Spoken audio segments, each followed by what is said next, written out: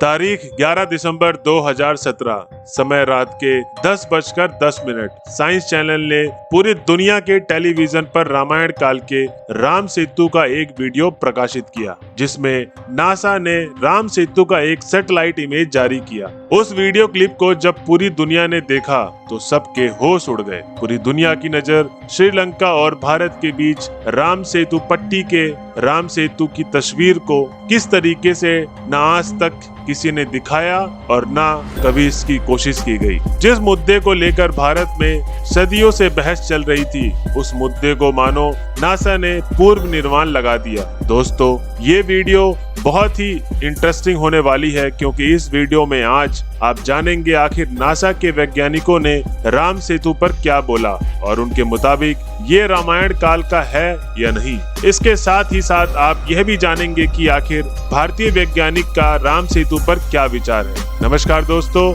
स्वागत है आपका फैक्ट केंद्र यूट्यूब चैनल में। हमारी वीडियो को लाइक और शेयर जरूर करें और सब्सक्राइब करना मत भूलें। तो चलिए इस वीडियो की शुरुआत कर लेते हैं। रामायण के युद्ध कांड में राम सेतु के निर्माण का वर्णन किया है। राम सेतु के आर्किटेक्ट को नल और नील की देखरेख में बनाने में 5 दिन लगे थे। ऐसा माना जाता है कि राम सेतु चूना पत्थर की पूरी एक श्रृंखला से बना है। ये करीबन 30 किलोमीटर लंबा और 3 किलोमीटर चौड़ा है। यह भारत के पाबंद द्वीप के धनुष से शुरू होता है और श्रीलंका के मन्नार द्वीप पर समाप्त होता है। इन क्षेत्रों में समुद्र बहुत ही उतला है। रामायण में उल्लेख है कि यह पुल पत्थरों से बनाया गया था और ये पत्थर नल और नील के स्पर्श से पानी पर तैरते हैं।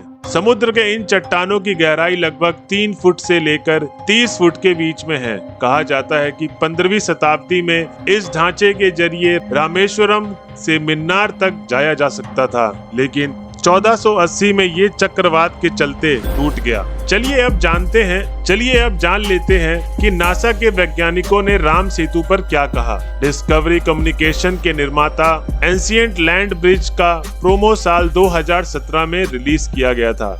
इस प्रोमो में बताया गया था, रामेश्वरम के पवन द्वीप से श्रीलंका के मन्नार द्वीप के बीच 30 से ज्यादा की एक श्रृंखला चट्टानों से बनी है, जो 7000 साल पुरानी है। इसमें कहा गया कि सैंड बार प्राकृतिक हो सकते हैं, लेकिन उनके ऊपर रखे पत्थर को कहीं दूर से लाकर किसी और ने यहाँ पर रखा है। ये सैंड बार लगभग 4000 साल पुरानी है। ये अजीब बात है कि बालू के ऊपर की चट्टान बालू से ज्यादा पुरानी है। इस शो में नासा की सैटेलाइट तस्वीरों का हवाला देते हुए चट्टानों की श्रृंखला को प्राकृतिक नहीं बल्कि मानव निर्मित बताया गया। दिलचस्प बात तो यह है कि धनुषकोडी और मिन्नार द्वीप के बीच समुद्र किनारे की कार्बन डेटिंग रामायण की तारीख मेल खा रही थी। भूवैज्ञानिकों ने नासा की तरफ से ली गई तस्वीरों को प्राकृतिक बताया। वैज्ञानिकों ने अपने विश्लेषण से पाया कि 10 मील लंबी इस श्रृंखला से मानव निर्मित है। अपने विश्लेषण में भूवैज्ञानिकों को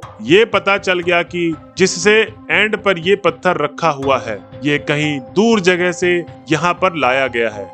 के मुताबिक यहाँ पर लाए गए पत्थर करीबन 7000 साल पुराने हैं, जबकि जिस सैंड के ऊपर इस पत्थर को रखा गया है वह महज 4000 साल पुराने हैं। खास बात तो यह है कि हमारे पौराणिक ग्रंथों के अनुसार रामायण की घटना का जो समय बताया जाता है वह भी यही है। निष्कर्ष तक पहुंचने के लिए वैज्ञानिकों को नहीं, समुद्र के बढ़ते जल स्तर और विभिन्न माइक्रो ऑर्गेनिज्म के अवशेषों की कार्बन डेटिंग का सहारा लिया। इससे मिले समय को अगर वैज्ञानिक रामायण काल के टाइमिंग से मिलाएं तो एक समान पाएंगे, लेकिन इस बात को और पुख्ता करने के लिए वैज्ञानिकों ने वाल्मीकि रामायण का सहारा लिया, जिसमें वाल्मीकि रामायण के दर्ज तारों की स्थिति का पता लगाकर प्लेनेटोरियम सॉफ्टवेयर से उस काल का समय निकाला गया। ये अवधि करीबन 7000 साल पुरानी बताई गई।